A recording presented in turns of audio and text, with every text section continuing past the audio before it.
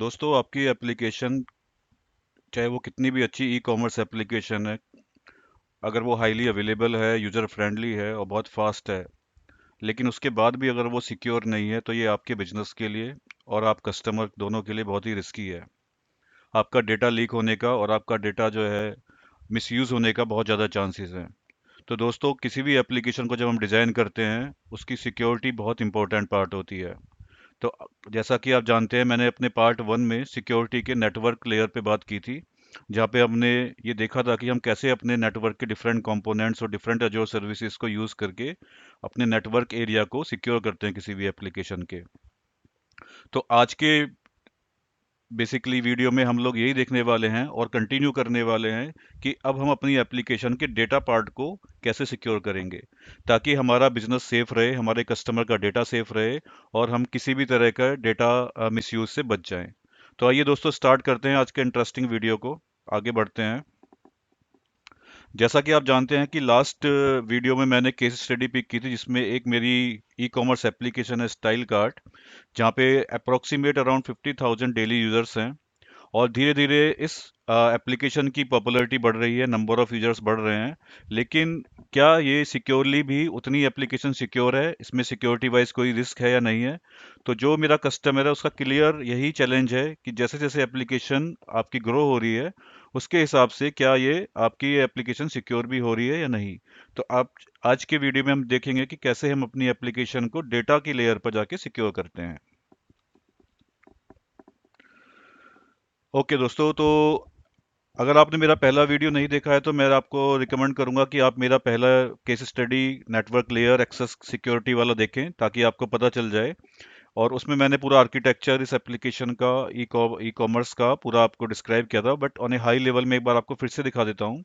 ये मेरी style cart application है जो कि 3 लेयर में बनी है और इसमें 3 टीयर्स हैं, वेब टीयर, ऐप टीयर और डेटा टीयर। जहाँ पे वेब टीयर में मेरे वेब सर्वर्स हैं सब, ऐप टीयर में मेरी एप्लीकेशन सर्वर्स हैं और डेटा टीयर में मेरा सिक्वल का डेटाबेस है जो कि वीएम पर इंस्टॉल्ड है।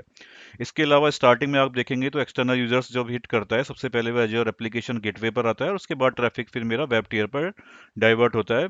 And application gateway is a kind of load balancer, regional load balancer, right. इसके अलावा आप राइट हैंड साइड में देखेंगे, यहाँ पे मैंने कुछ एज़्योर की पैस सर्विस यूज की है, जैसे कि एज़्योर स्टोरेज अकाउंट, और उसके अलावा कुछ मॉनिटरिंग एंड मैनेजमेंट सर्विसेज है, राइट।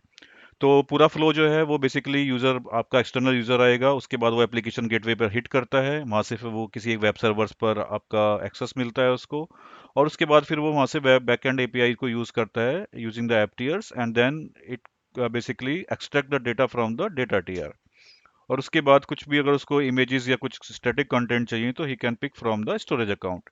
और फाइनली जो भी मेरा यूजर की क्वेरी थी वो कंसोलिडेट होके वापस यूजर के पास रेस्पॉन्स चला जाता है। तो दोस्तों ये मेरा पूरा 3 टीयर आर्किटेक्चर है ई कॉमर्स एप्लीकेशन का। अब इसमें हम देखते हैं कि आगे हमारी डेटा लेयर पे हम इसको कैसे सिक्योर करेंगे। आइए आगे बढ़ते हैं।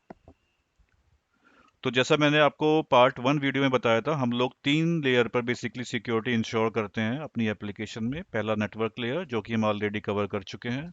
सेकंड होता है data layer information to protect the information, ये हम आज के वीडियो में कवर करने वाले हैं। और थर्ड वन है हमारा एक्सेस लेयर, जो कि ये इंश्योर करता है कि अथोराइज यूजर ही केवल आपके सिस्टम को एक्सेस कर सके। ये हम अपनी पार्ट थ्री वीडियो में कवर करेंगे। तो दोस्तों आप लोग जैसा कि जानते हैं कि डेटा हमारी एप्लीकेशन के लिए बहुत इंपॉर्टेंट होता है। क्या मुझे कोई बता सकता है कि हमारा डेटा कहाँ पर स्टोर होता है किसी भी एप्लीकेशन में? ओके, तो आप लोग ज़्यादातर ये सोच रहे हैं कि जितना भी डेटा हमारी एप्लीकेशन का होता है वो डेटाबेस में स्टोर होता है। आपका आंसर करेक्ट है, लेकिन ये पार्शली करेक्ट है। हमारा डेटा केवल डेटाबेस में स्टोर नहीं होता, उसके अलावा ये हमारी एप्लीकेशन में और भी बहुत सी जगह पर स्कैटर्ड रहता है या स्टोर्ड होता है। तो आइए दोस्तों देखते हैं कि हमारा डेटा और कहाँ कहाँ पर स्टोर होता है। तो सबसे पहले जैसे मैंने आपको बताया, सब हमारा डेटा डेटाबेस में स्टोर होगा डेफिनेटली। जितना भी हमारा डेटा है, फॉर एग्जांपल हम लोग सिक्वल सर्वर यूज कर रहे हैं तो वहाँ पे मल्टीपल डेटाबेसेस होंगे, डिफरेंट टेबल्स होंगी for different purpose, like orders के लिए, यूजर्स के लिए, पेमेंट के लिए, इन्वॉइसेस के लिए। हर चीज़ के लिए आपकी डिफरेंट टेबल्स या डिफरेंट डेटाबेस हो सकते हैं, राइट। उसके अलावा फिर हम लोग जो भी वीएम बनाते हैं, वीएम की डिस्क यूज होती है और हमारी डिस्क पे उस एप्लीकेशन से रिलेटेड डेटा स्टोर होता है, जैसे कि एप्लीकेशन फाइल्स और लॉग फाइल्स, राइट। उसके अलावा हमारे पास एप्लीकेशन में, जैसे कि आप अपनी अमेजन या फ्लिपकार्ट या कोई भी ई कॉमर्स एप्लीकेशन देखते हैं, वहाँ पे बहुत सारी इमेजेस होती हैं, उसके बाद आपका पेमेंट जनरेट होता है, इन्वॉइसेस बनती हैं, या हम अपनी पूरी एप्लीकेशन का या किसी भी फाइल का बैकअप लेते हैं, तो ये सब चीज़ें स्टोर करने के लिए हम स्टोरेज अकाउंट यूज़ करते हैं एजोर का, राइट। तो इसमें बहुत सारी हमारी डिफरेंट टाइप का डेटा स्टोर होता है यहाँ पर भी। उसके अलावा फोर्थ टाइप का हमारा होता है, जैसे कि हम लोग कोई भी एप्लीकेशन लिख रहे हैं, उसमें हम कोई कॉन्फ़िगरेशन डाल रहे हैं, कोई कोड में हम डेटाबेस कनेक्शन स्ट्रिंग्स यूज़ कर रहे हैं डेटाबेस के लिए, तो कई बार हम ये सब चीज़ें भी अपनी कोड में कॉन्फ़िगर कर देते हैं, जैसे कि सीक्रेट्स हमारे। तो हमारे सीक्रेट्स भी बेसिकली हमारे कोड में या कॉन्फ़िगरेशन में स्टोर्ड होते हैं। तो अगर मैं हाई लेवल पर दोस्तों आपसे बोलूँ, तो हाई लेवल पर ये चार तरह का डेटा हमारा किसी भी एप्लीकेशन में, एंटरप्राइज एप्लीकेशन में मिनिमम यूज़ होता है, राइट। तो अब हमें देखना है कि हमारी डेटा लेयर का क्या यूज़ है, हम डेटा लेयर में क्या करने वाले हैं। तो दोस्तों डेटा लेयर में हम इंश्योर करते हैं कि डेटा चाहे कहीं भी स्टोर हो, किसी भी फॉर्मेट में स्टोर हो, फॉर एग्जांपल चाहे वो डेटाबेस में हो या डिस्क में या स्टोरेज में या किसी भी आपके सीक्रेट की फॉर्म में, वो आपका इनक्रिप्टेड और सिक्योर रहना चाहिए। अगर मैं आपको इसका एक रियल एग्जांपल बताऊं, जैसे कि आपका घर है, सबसे पहले आप क्या करते हैं, आपका जो घर है वो आपका घर पहले चारों तरफ से बाउंड्री से, आपके कैमरा से, सिक्योरिटी गार्ड से सिक्योर हो जाता है, उसमें आप मल्टीपल डोर्स लगाते हैं, राइट। ये आपकी बेसिकली एक नेटवर्क लेवल की सिक्योरिटी आप इंश्योर करते हैं। लेकिन जब आप अपने फ्लैट में अंदर आते हैं, अपने घर में आते हैं, आपके पास बहुत सारे इंपॉर्टेंट डॉक्यूमेंट्स होते हैं, जैसे कि आपके बैंक के डॉक्यूमेंट्स हैं, आपके क्रेडिट कार्ड्स हैं, डेबिट कार्ड्स हैं, आपका जो है बहुत सारी आपका पासवर्ड्स हैं। ये सब डेटा कहीं ना कहीं आप अपनी घर में सिक्योरली सेव करते हैं, ताकि किसी के अनऑथोराइज कोई आपके घर में आ रहा है उसको ये सब चीज़ें एक्सेस ना हो जाएं। तो डेटा लेयर में भी हम यही करते हैं कि एप्लीकेशन का हाई लेवल पे नेटवर्क की सिक्योरिटी के थ्रू सिक्योर हो जाता है, लेकिन जब हम एप्लीकेशन के अंदर की बात कर रहे हैं, अब वहां पे जब हमारा डेटा सब मूवमेंट हो रहा है डिफरेंट डिफरेंट पर्पज से, वो डेटा कैसे सिक्योर करें। तो डेटा लेयर हमारी जितना भी डेटा हमारा कहीं भी किसी भी फॉर्म में यूज हो रहा है, इंश्योर करती है कि वो डेटा हमारा सेफ रहे। और दोस्तों आप जानते ही डेटा को सेव करने का एक ही तरीका है, वो है इनक्रिप्शन। अगर हमारा डेटा प्लेन फॉर्मेट में रहेगा, कोई भी उसको इजीली रीड कर सकता है और उसको मिसयूज कर सकता है, जैसे कि आपका क्रेडिट कार्ड नंबर या आपका कोई पासवर्ड, राइट। अगर वो प्लेन फॉर्मेट में आपने कहीं पे भी पेज पे लिखा हुआ है, कॉपी में लिखा हुआ है, या कहीं पे भी लैपटॉप पे सेव किया हुआ है, कोई भी अगर उसको एक लैपटॉप को एक्सेस करता है, वो आपके पासवर्ड को रीड करके उसको मिसयूज कर सकता है। तो उसको सेव करने का सबसे एक ही तरीका है बेस्ट, कि जो भी हम चीज़ें लिख रहे हैं वो प्लेन टेक्स्ट में ना लिख के उसको इनक्रिप्टेड फॉर्म में लिखे, ताकि by mistake, by any chance अगर वो किसी अनऑथोराइज यूजर को एक्सेस हो भी जाए, तो वो उसको रीड ना कर सके, उसको मिसयूज ना कर सके। तो इनक्रिप्शन हमारा एक बहुत इंपॉर्टेंट फैक्टर है डेटा को सिक्योर करने का। चलिए दोस्तों आगे बढ़ते हैं, देखते हैं हमारा क्या रिस्क है बेसिकली। अब हमने चार जो हमने पैरामीटर्स या चार जो एरियाज बताए हैं, एक एक को देखते हैं कि किसमें हर एक उसमें क्या क्या आपका रिस्क है, राइट। सबसे पहले मैं डेटाबेस की बात करता हूँ। अगर डेटाबेस आपका आप यूज़ कर रहे हैं अपनी एप्लीकेशन में, जैसा कि हमने ऑलरेडी अपने, मैं आपको एक बार दिखा देता हूँ आर्किटेक्चर में, आप देखेंगे यहाँ पे हम लोग यहाँ पे सिक्वल सर्वर यूज़ कर रहे हैं ऑन एजयोर वीएम, राइट। तो सिक्वल सर्वर हम यहाँ पे यूज़ कर रहे हैं, तो यानी कि हमारे पास डेटाबेस का रिस्क है। उसके अलावा हम लोग क्या यूज़ कर रहे हैं, स्टोरेज अकाउंट। ये मैंने आपको बताया, स्टोरेज अकाउंट में बहुत सारी चीज़ रखते, तो एक हम डेटा के लिए स्टोरेज अकाउंट यूज़ कर रहे हैं। तीसरा मैंने आपको क्या बताया है, स्टोरेज अकाउंट हो गया, और उसके अलावा हमारा आपका कोड कोड वाला पार्ट हो गया, जहाँ पे हम अपना कोड रखते हैं। और उसके अलावा हमारे सर्वर्स की डिस्क जितनी भी हैं उनके डिस्क हो गए, चाहे वो वेब सर्वर का वीएम है, चाहे वो आपका बैकएंड का वीएम है। तो ये तीन या चार तरह की चीज़ें हैं, डेटा जहाँ पे हमारा सेव होता है, और हम अपने आर्किटेक्चर में ये सब चीज़ें करंटली यूज़ कर रहे हैं, राइट। तो आगे बढ़ते हैं, अब एक एक रिस्क को एनालाइज करते हैं फटाफट और देखते हैं क्या कारण रहता है। अब दोस्तों जैसे कि आपका डेटाबेस है, अब डेटाबेस आपका अगर मैं आपको एज ए विजुलाइज करके बताऊं, आपका डेटा है यहाँ पे, डेटाबेस है। अब डेवलपर ने गलती से डेटाबेस को पब्लिक कर दिया, राइट।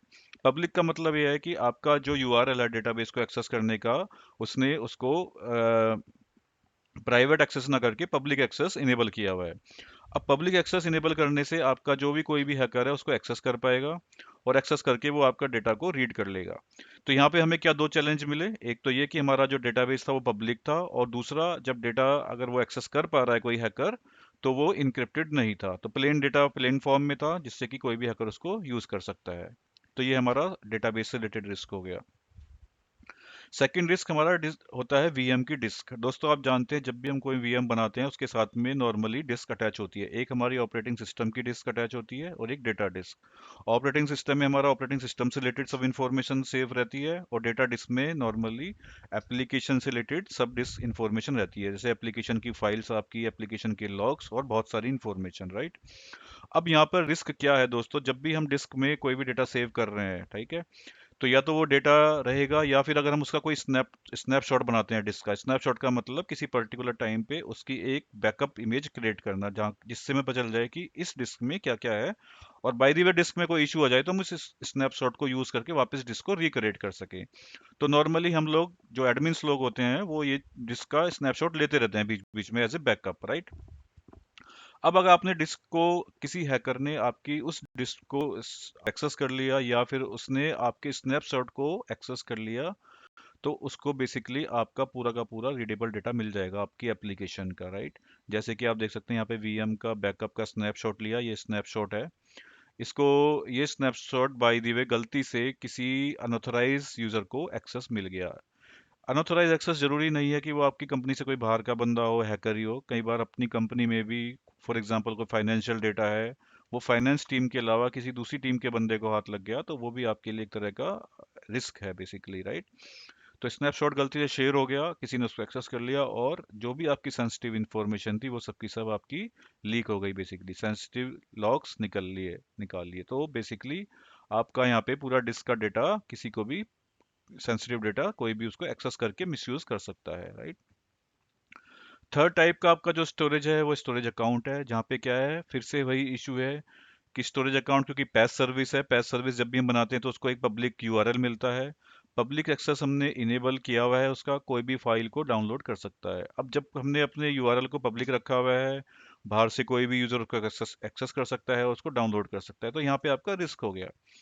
और आपके स्टोरेज अकाउंट में आपकी, जैसे मैंने बताया, बहुत सारी फॉर एग्जांपल इनवॉइसेस फाइल हैं या आपकी इमेजेस हैं या बहुत सारी आपका कुछ सेंसिटिव डेटा है। तो जिसको भी आपके स्टोरेज अकाउंट का एक्सेस मिलेगा वो आपके इनवॉइसेस वगैरह को एक्सेस करके उसको मिसयूज कर सकता है। तो ये आपका, आप देख सकते हैं जैसे कि ये आपका स्टोरेज अकाउंट था, उसमें आपकी इनवॉइसेस, आपने जो भी आप अपना ई कॉमर्स साइट पे जो भी आप प्रोडक्ट्स, आप अपने प्रोडक्ट्स के लिए इनवॉइस क्रिएट कर रहे हैं वाइड परचेजिंग, वो सब आपने स्टोरेज अकाउंट में रखे हुए हैं। इस स्टोरेज अकाउंट का आपने पब्लिक यूआरएल जनरेट किया हुआ है, जिसको किसी ने, हैकर ने या किसी ने एक्सेस करा, और जितनी भी आपकी इनवॉइसेस यहाँ पे स्टोर्ड थी वो सबका सब एक्सेस मिल गया और उसने डाउनलोड किया और उसको मिसयूज कर सकता है, राइट। तो यहाँ पे आपका बेसिकली सेंसिटिव इन्फॉर्मेशन में इनवॉइस हो सकते हैं या आपके कॉन्ट्रैक्ट्स हैं या आपकी कोई इंपॉर्टेंट रिपोर्ट्स हैं या आपके कस्टमर की क्रेडिट कार्ड या अदर इन्फॉर्मेशन है, तो ये सारी इन्फॉर्मेशन किसी को भी एक्सपोज हो सकती है, राइट। तो यहाँ से आपका डेटा लीक हो जाएगा और आपका सारा फाइनेंशियल डेटा रिस्क पे आ जाएगा, सब आपकी जो सेंसिटिव इन्फॉर्मेशन है कस्टमर्स की, आपके कॉन्ट्रैक्ट्स की, वो सब लीक हो जाएगी, राइट। इसके अलावा फोर्थ टाइप का जो रिस्क होता है वो होता है हमारा सीक्रेट्स का। सीक्रेट्स मतलब जैसे कि हम कोई भी कनेक्शन स्ट्रिंग डेटाबेस की बनाते हैं तो उसके लिए हम कुछ उसके यूजर नेम, पासवर्ड, या सब इंफॉर्मेशन शेयर करते हैं। अब यहाँ पे क्या होता है, नॉर्मली आपने कोई अपना कोड लिखा एप्लीकेशन का, उसमें आपने अपना कनेक्शन स्ट्रिंग्स मेंशन किए हैं, पासवर्ड्स मेंशन किए हैं, और आप अपने अपना कोड गिटहब पर डाल दिया। अब गिटहब पर आपने कोड डालने के बाद आपका, अगर, जैसे कि हम यहाँ भी देख सकते हैं, ये आपने अपना कोड लिखा और आपने जो सीक्रेट थे वो हार्ड कोडेड कर दिए हैं कोड में, राइट। यहाँ पे आपने अपनी पासवर्ड नेम, यूजर नेम, सब एपीआई की सब आपने यहाँ पे मेंशन कर दी कोड में। अब उस डेवलपर ने वो कोड आपका फाइनली गिटहब पे पब्लिश कर दिया है, उसको पुश कर दिया है रेपोजिटरीज में गिटहब की, और गिटहब का किसी को आपका अनऑथराइज एक्सेस मिल गया अटैकर को, और उसने आपका कोड पूरा एक्सेस किया और वहाँ पे उसको सारी इन्फॉर्मेशन, यूजर नेम, पासवर्ड और सब चीज़ें मिल गई, और इससे वो आपका पूरे पूरे के सिस्टम को एक्सेस कर सकता है और उसको कॉम्प्रोमाइज कर सकता है, राइट। तो दोस्तों, ये भी एक हमारा बहुत बड़ा रीजन है कि हम कई बार जो डेवलपर्स, जो आपके न्यू डेवलपर्स होते हैं, जो अभी जितना उनको सिक्योरिटी का आइडिया नहीं है, वो इस तरह की गलतियां कर देते हैं कोड लिखते हुए। तो इसलिए ये दोस्तों, ये वीडियो या ये वाला टॉपिक बहुत इंपॉर्टेंट है। आप लोग भी जब भी कोई कोड लिखे, प्लीज़ मेक श्योर कि उसमें कोई भी अपनी कॉन्फ़िगरेशन फाइल में या कोड में किसी भी यूज़र नेम और पासवर्ड पासवर्ड को मेंशन ना करें, राइट। तो इसका इम्पैक्ट क्या आता है दोस्तों, डेटाबेस एक्सेस मिल जाएगा आपको, डेटा लीक हो जाएगा और एडमिन एक्सेस मिल सकता है, फुल सिस्टम कॉम्प्रोमाइज, आपका पूरा का पूरा सिस्टम कॉम्प्रोमाइज हो जाएगा, जो कि अपने आप में बहुत बड़ा रिस्क है। तो दोस्तों ये चार तरह के जो आपके डेटा हैं और स्टोरेज हैं, उनका मैंने आपको एक हाई लेवल पे बताया है कि इनमें क्या क्या रिस्क हो सकता है और उनका क्या इम्पैक्ट हो सकता है। ठीक है, आई होप आपको अभी तक समझ में आ रही होंगी चीज़ें, आप मुझे फॉलो कर पा रहे होंगे। चलिए आगे बढ़ते हैं। अब हमने रिस्क तो देख लिया है, लेकिन किसी भी रिस्क को देखने से काम नहीं चलता। सबसे जरूरी चीज़ है कि हम उस रिस्क को कैसे दूर करते हैं। अब ओके, तो आप लोग जो मेरे साथ जुड़े हुए हैं, जो आर्किटेक्ट बनने वाले हैं या जो आर्किटेक्ट्स हैं या जो अभी सीख रहे हैं सिक्योरिटी को, आइए देखते हैं कि हम इन सब चीज़ों को कैसे रिजॉल्व करेंगे, राइट। तो सबसे पहला केस हम लोग देखते हैं हमारा कॉन्फ़िगरेशन वाला। तो दोस्तों जब भी हम अपना कोई एप्लीकेशन का कोड लिखेंगे, अब हम यहाँ पे क्या करेंगे, हम लोग डायरेक्टली कोड को अपने एक्सेस नहीं करेंगे एप्लीकेशन, ना ही हम उसमें कोई भी यूजर नेम सीक्रेट डालेंगे। हम लोग इसको मॉडिफाई करेंगे और हम अजोर की एक सर्विस होती है अजोर की वाल्ट, जिसमें कि हम सीक्रेट्स, कनेक्शन स्ट्रिंग्स और जो भी इस तरह के हमारे सिक्योर डेटा होता है वो हम सेव करके रखते हैं। तो अब हमारी एक एक्स्ट्रा सर्विस बीच में ऐड हो जाएगी। तो अब कोई भी, चाहे वो आपका जो सीक्वल डेटाबेस है, स्टोरेज अकाउंट है, या कोई भी सर्विस जिसको आपको एक्सेस करने के लिए यूजर नेम और पासवर्ड चाहिए, तो आप उसको डायरेक्ट अपने कोड में ना लिख के आप क्या करेंगे, उस यूजर नेम, पासवर्ड या सीक्रेट को एजोर की वॉल्ट में स्टोर कर देंगे। की वॉल्ट आपका बिल्कुल सेफ रहता है, एजोर की सर्विस है ये। और फिर आप अपने कोड में उस की वॉल्ट का डिटेल डाल देंगे, तो आप बेसिकली, और ये कोड आपका फिर मैनेज आइडेंटिटी यूज करता है। आई थिंक आप लोगों को मैनेज आइडेंटिटी पता होगा। तो मैनेज आइडेंटिटी के थ्रू हम लोग एजोर की वर्ड को एक्सेस कर लेंगे और की वर्ड से आपकी डेटाबेस की या स्टोरेज अकाउंट की एक्सेस हो जाएगी। तो इस तरह से आप अपनी की को एक्सपोज नहीं करते हैं, या कनेक्शन स्ट्रिंग या यूजर नेम पासवर्ड को एक्सपोज नहीं करते हैं, बल्कि आप केवल कीवर्ड में सब कुछ इन्फॉर्मेशन रखते हैं, वो वहाँ पे सेफ रहती है और कोई भी इसको अनऑथराइज एक्सेस नहीं कर सकता है। तो इस तरह से हम एक एक्स्ट्रा लेयर डाल के अपने कोड को, एप्लीकेशन को में कोई भी यूजर नेम पासवर्ड एक्सपोज ना करके उसको सेफ रखते हैं, right. Store secrets in your keyword, access using the manage identity and keep secrets out of code and config. तो जब भी आप अपना कोड गिटहब पे या कहीं पे भी डालेंगे, तो उसमें कोई भी यूजर नेम और पासवर्ड नहीं जाएगा, तो आपका हैक होने का चांस या आपके मिसयूज होने का चांस वहां पे बिल्कुल भी नहीं रहेगा। आई होप दोस्तों आपको ये समझ में आ गया होगा कि हम लोग कीवर्ड सर्विस यहाँ पे यूज कर रहे हैं। अब हमारा सेकंड आता है सिक्वल सर्वर। हम जानते हैं सिक्वल सर्वर में हमारी बहुत सारा डेटा, यूज, पासवर्ड सब रहता है, तो इसको हम लोग कैसे सेव करते हैं। दोस्तों जैसे मैंने आपको बताया, किसी भी चीज़ को सेव करने का सबसे इम्पोर्टेंट पार्ट है उसको इनक्रिप्ट करना, राइट। तो जैसे कि हम डेटाबेस में अपनी इतनी सारी इन्फॉर्मेशन डाल रहे हैं, वो डेटाबेस में स्टोर रहती है। अब सोचो अगर वो इन्फॉर्मेशन किसी के हाथ लग जाए तो क्या होगा। तो इसीलिए हम जब भी डेटाबेस में इंफॉर्मेशन सेव करते हैं, उसको हम इनक्रिप्ट करके सेव करते हैं। और इनक्रिप्शन के लिए हम लोग यूज़ करते हैं transparent data encryption, sequel TDE। तो आप लोग याद रखिएगा, कभी भी SQL सर्वर की बात आएगी तो आप बोलेंगे हम लोग SQL TDE यूज़ करते हैं, और ये बाय डिफ़ॉल्ट आपका ऑन रहता है।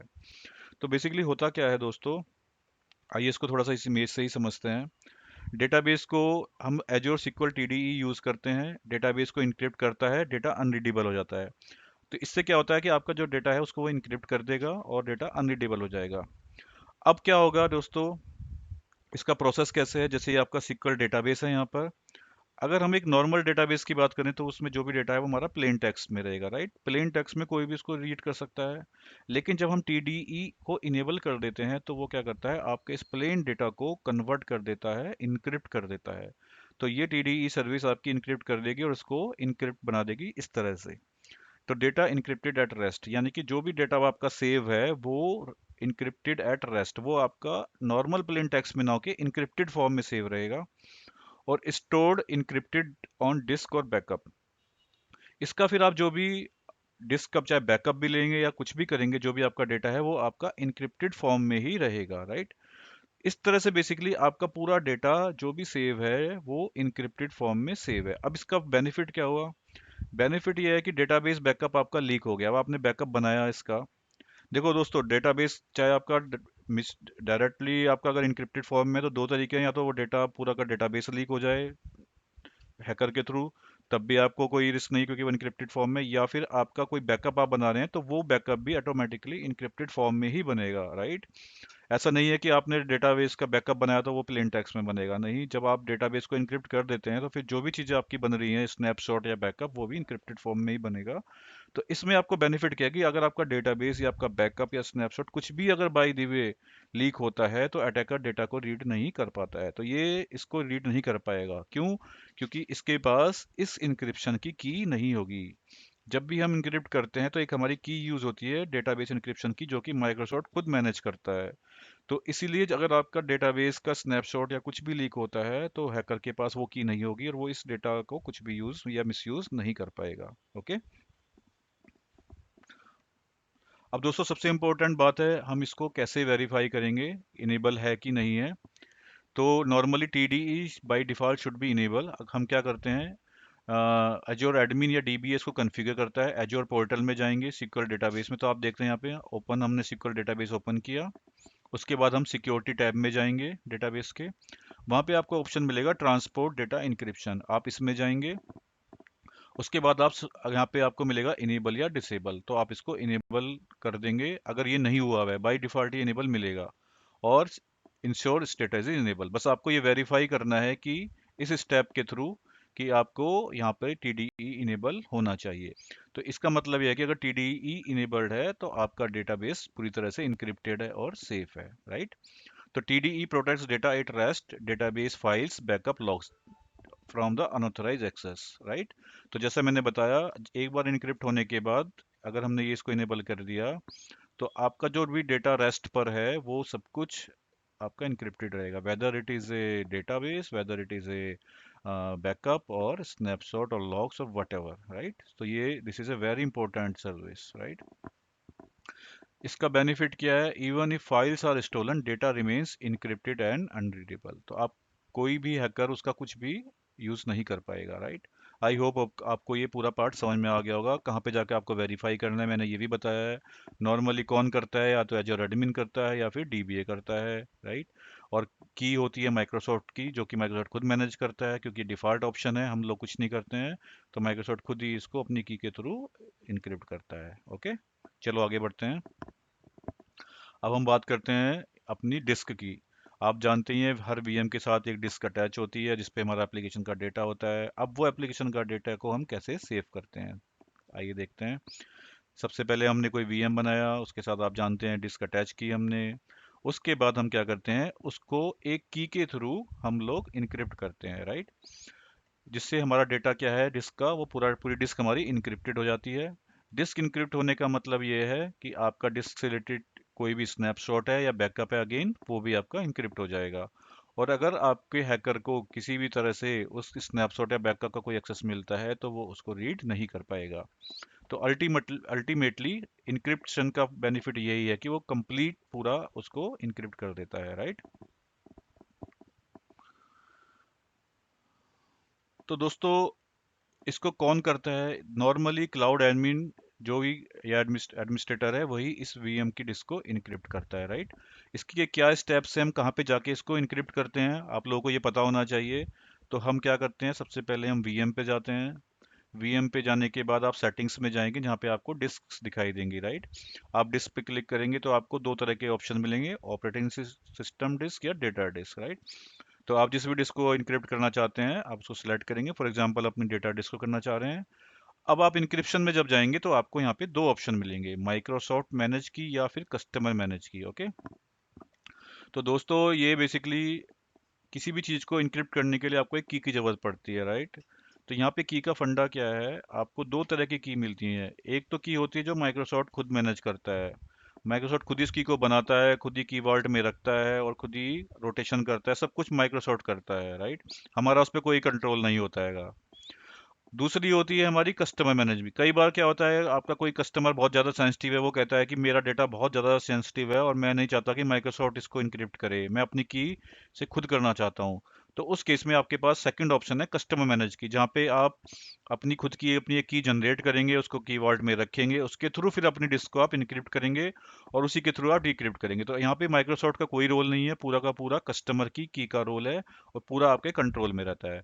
तो जब भी आपके सामने ये क्वेश्चन आता है डिस्क इंक्रिप्शन का, आप प्लीज ध्यान करना, यहाँ पे आपके पास दो ऑप्शन मिलेंगे, सीएम के कस्टमर मैनेज की और माइक्रोसॉफ्ट मैनेज की, राइट।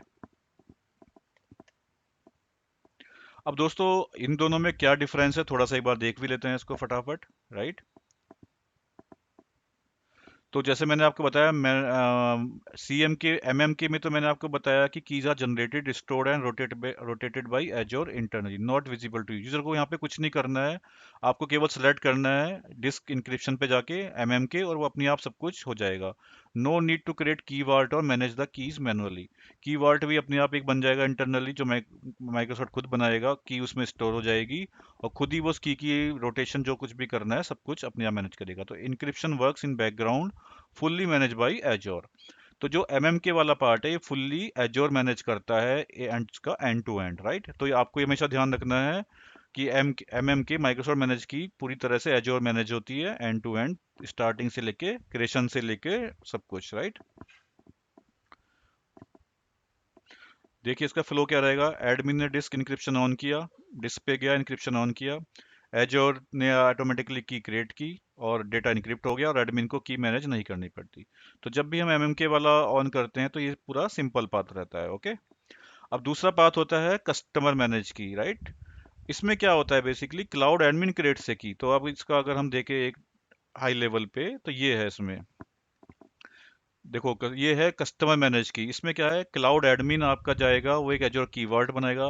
कीवर्ड जब आप जाते हैं वहाँ पे आपको ऑप्शंस मिलते हैं दोस्तों, कि आपको अपनी कोई की नई जनरेट करनी है, इंपोर्ट करनी है। तो अगर आपने बोला जनरेट करनी है तो आपकी एक की उस कीवर्ड में जनरेट हो जाएगी। अब वो की जनरेट होने के बाद आप उस की को अपना लिंक कर देंगे अपने वीएम की डिस्क के साथ। उससे क्या होगा, जब आप उसको लिंक करते हैं तो आपका जो डिस्क है वो आपकी इनक्रिप्टेड हो जाती है आपकी कस्टमर मैनेज की के थ्रू, राइट। तो इसका फ्लो क्या है, कल क्लाउड एडमिन क्रिएट से की वॉल्ट, सबसे पहले की वॉल्ट बनाएगा। की वॉल्ट के अंदर एक ऑप्शन मिलेगा आपको, जनरेट इंपोर्ट्स इंक्रिप्शन की इन द अजोर की वॉल्ट। तो आपने उसमें की वॉल्ट जनरेट कर दिया। Keys are fully controlled by the customer. अब उस की आपको पता है की एक लाइफ साइकिल होती है, उसको एक्सेस करना, रोटेट करना, एक टाइम के बाद डिलीशन करना या जो भी पॉलिसी लगानी है वो सब आप कस्टमर अपने हिसाब से करेगा, राइट। फिर जो भी हमारा रिसोर्स है, चाहे वो वीएम है या सीक्वल है या स्टोरेज है, जिसको भी हम उस की से इनक्रिप्ट करना चाहते हैं उसको हम एक्सप्लिसिटली लिंक करेंगे कीवर्ड से उस की को यूज करने के लिए, ठीक है। और it's provide a higher security plus compliance your control who can access use the key. तो दोस्तों जैसे मैंने बताया, बैंकिंग एप्लीकेशन है, फाइनेंशियल है, जहाँ पे आपका डेटा बहुत सेंसिटिव है, आप वहाँ पे कस्टमर मैनेज की इस प्रोसेस से बनाएंगे और यूज करेंगे तो आपका पूरा कंट्रोल आपके हाथ में रहेगा, ठीक है।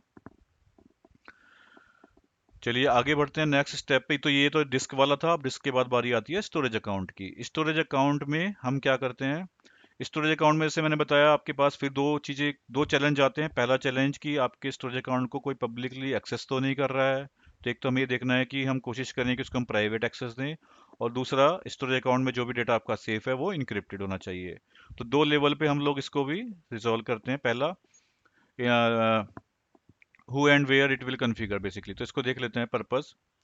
फाइल देखो, फाइल्स इनक्रिप्ट, सबसे पहले जो भी हमारा डेटा है उसको हमें इनक्रिप्ट करना है स्टोरेज अकाउंट में। जैसे मैंने आपको पहले एग्जांपल बताया था कि आपने इनवॉइस वगैरह बहुत कुछ रखा हुआ है स्टोरेज अकाउंट में, और उसका एक्सेस अगर किसी हैकर को मिल गया तो वो आपके सब डेटा को एक्सेस कर लेगा। लेकिन अगर हमने इसको इनक्रिप्ट कर दिया तो वो कोई भी यूज नहीं कर पाएगा। तो इसको भी क्लाउड एडमिन ही बेसिकली कॉन्फ़िगर करता है। एजयोर पोर्टल में आप जाते हैं, इसका एक बार हम फ्लो देख लेते हैं इनक्रिप्शन का क्या है स्टोरेज अकाउंट के लिए। आपका स्टोरेज अकाउंट है, सबसे पहले आप एजोर पोर्टल में जाएंगे, स्टोरेज अकाउंट को ओपन करेंगे, वहाँ पे आपको कॉन्फ़िगरेशंस मिलेगा, सेटिंग के अंदर कॉन्फ़िगरेशंस में जाएंगे। उसके बाद आप वहाँ पे जाएंगे तो आपको इंक्रिप्शन का ऑप्शन मिलेगा, राइट। और इंक्रिप्शन में फिर जैसा मैंने बताया यहाँ पे भी आपको माइक्रोसॉफ्ट मैनेज की या कस्टमर मैनेज की मिलेगी, राइट। तो बाय डिफ़ॉल्ट माइक्रोसॉफ्ट मैनेज की के थ्रू आपका ये इनक्रिप्ट हो जाएगा। तो Azure automatically encrypts all files, blobs and data at rest. दोस्तों एजोर बेसिकली माइक्रोसॉफ्ट खुद इन चीज़ों को लेके बहुत सेंसिटिव है, इसलिए वो जानता है कि अगर मेरा डेटा सेफ नहीं रहा तो ये कस्टमर के लिए भी और बेसिकली एजोर या माइक्रोसॉफ्ट के लिए भी बहुत बड़ी प्रॉब्लम हो जाएगी अगर डेटा लीक होना शुरू हो गया। इसलिए कुछ सर्विसेज को वो अपने आप ही उनको इनक्रिप्ट कर देता है ऑटोमेटिकली अपनी की यूज करके, जिसको जैसे कि इसने बोला कि ऑटोमेटिकली इनक्रिप्टेड एट रेस्ट, यानी कि आप कुछ भी स्टोरेज अकाउंट बना रहे हैं उसमें कोई भी फाइल डाल रहे हैं तो वो ऑटोमेटिकली आपकी इनक्रिप्ट होके सेफ रहेगी, राइट।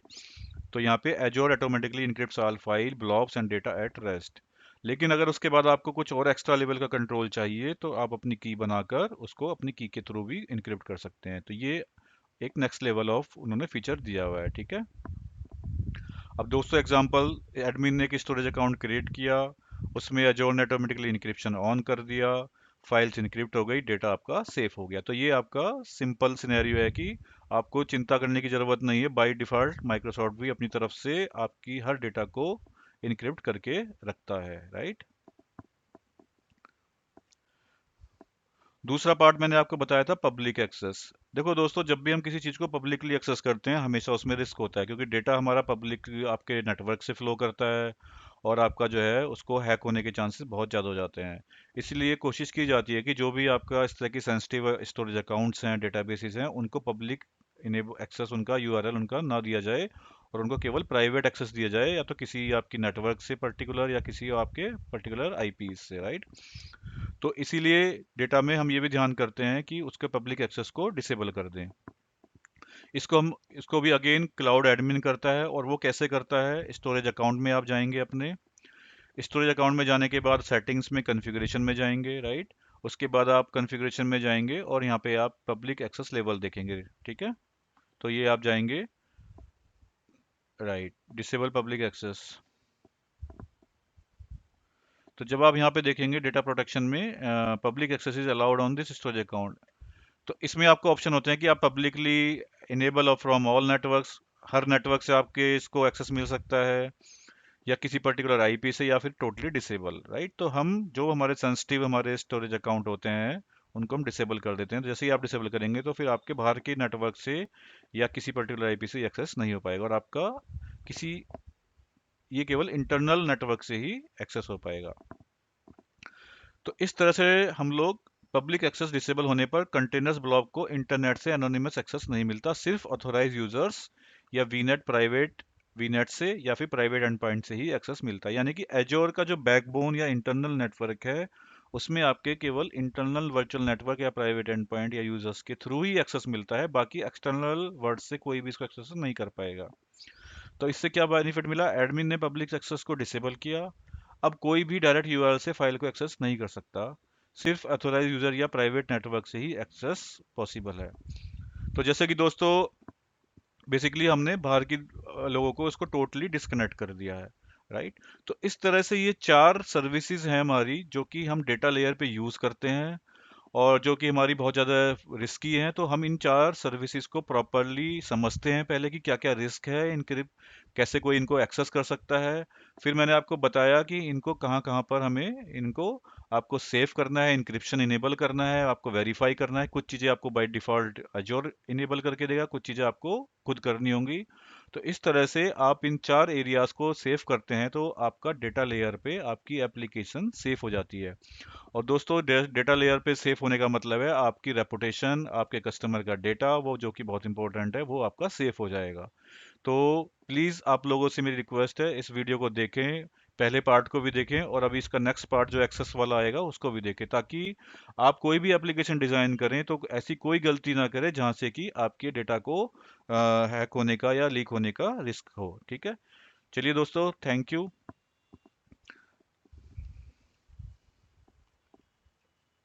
तो आगे बढ़ते हैं बस, और आज का सेशन हम यहाँ पर एंड करते हैं। मिलते हैं अब नेक्स्ट पार्ट 3 वीडियो में। थैंक यू सो मच दोस्तों।